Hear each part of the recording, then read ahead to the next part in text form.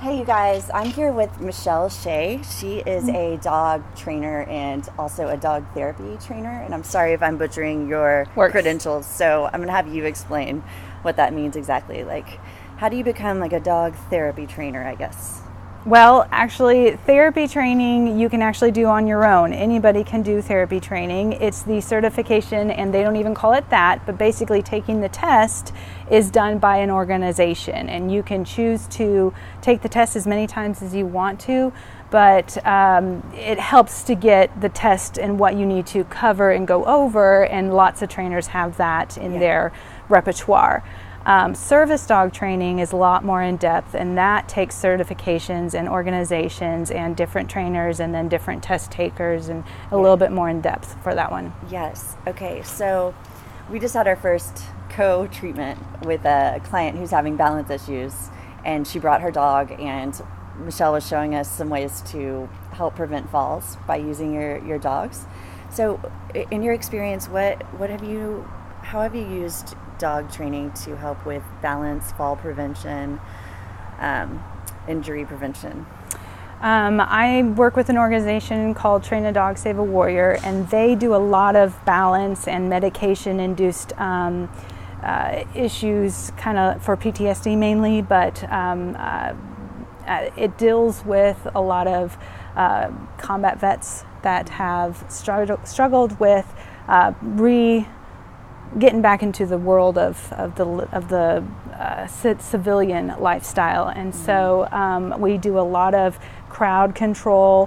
When they have medication that kind of keeps them groggy, sometimes it dumbs down their senses, and so we do a lot of balance for that.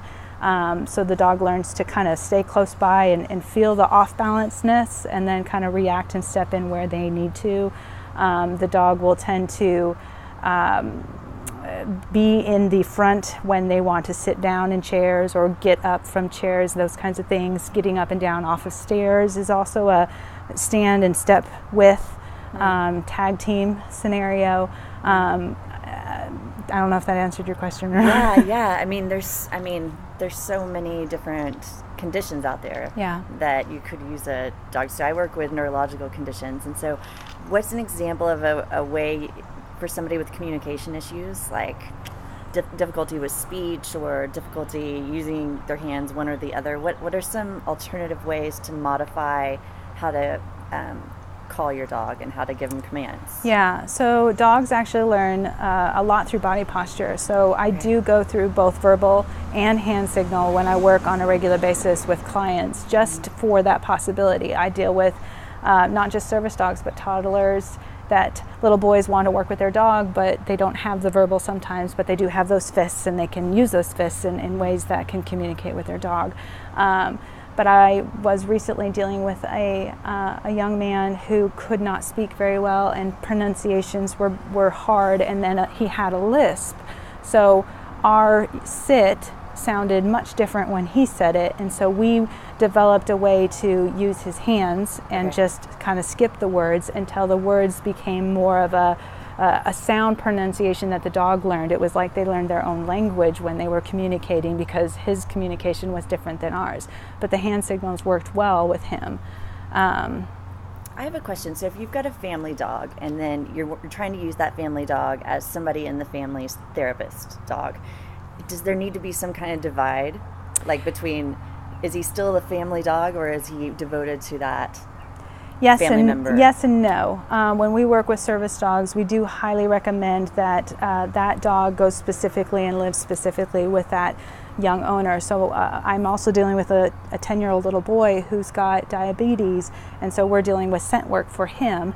But they've got 3 other dogs in the house, and so and 2 other boys, and every boy wants to be able to play with these dogs and all of that. So our 8-year-old boy only feeds the dog, and he walks the dog, and he takes the dog out for potty, and he lives in the room with the dog.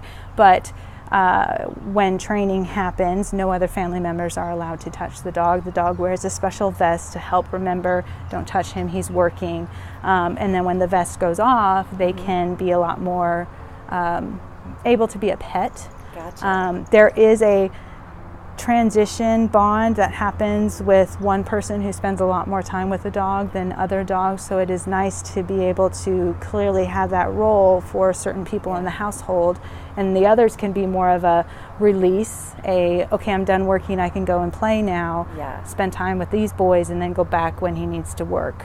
If you guys are watching this, please post any of your comments, and we can try to get Michelle to answer them. Out of respect for her time, I'm going to let her go, but we might do like a more formal love talk to sometime, because I have so many questions for you. So how do we get in touch with you? You're in Fort Worth, Texas. Yes. Do you venture outside of Fort Worth? Or? I do. I've traveled to Denton. I've traveled to Decatur. I have somebody in Azle right now. So I do travel all over the place. I do tend to charge for the time and the travel to get out there.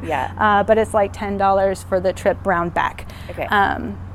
And there's prices and information I can send you for people to get a hold of me if you want. Absolutely. Yes, and I can post that in the comments as well. Great. Now, how do people who aren't nearby and don't have you, what's your email address actually? It's Michelle, middle initial L, Shay @gmail.com. How do you spell Shay? SCHAA. Okay. I'll post that in the comments as well. But for people who don't know where to find a dog therapist or don't live in this area, how can they find a dog therapist? What are some things they should be looking for? Not a dog therapist or even a dog trainer. Well, there are dog trainers all over the place, so I really want you guys to do your homework and actually figure out what you're getting yourself into, because there are different types of dog trainers. There's what I like to call hardcore dog trainers that still use the shock collars and still use the prong collars and all of that. I am much more of a positive reinforcement dog trainer. We do a lot of training with treats and a lot of positive encouragement with the dog. So there's that. And then on top of that, there are certain dog trainers that have certifications going into behavioralist training, going into therapy training, service dog training. Not every trainer knows how to do all of those things. So do your due diligence, ask them to prove that they've gone to school, because anybody can say they're a dog trainer and you might be getting in trouble with what you get.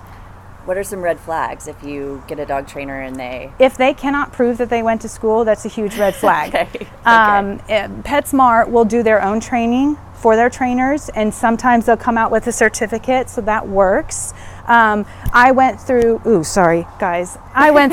Behavioral College, so I have a nice little card that carries with me in my wallet all over the place, and I can easily just show them, this is my certification, here's my college. My college has me on their website, so when they look through, it's called Animal Behavioral College, and then if you type in trainers in my area, they have so many listing of trainers, and you can go in and find one that's closer to you, and they train the positive reinforcement training stuff. I love it. Michelle, thank you so much for Absolutely. your time and expertise today. My pleasure. I appreciate it. Bye. Bye.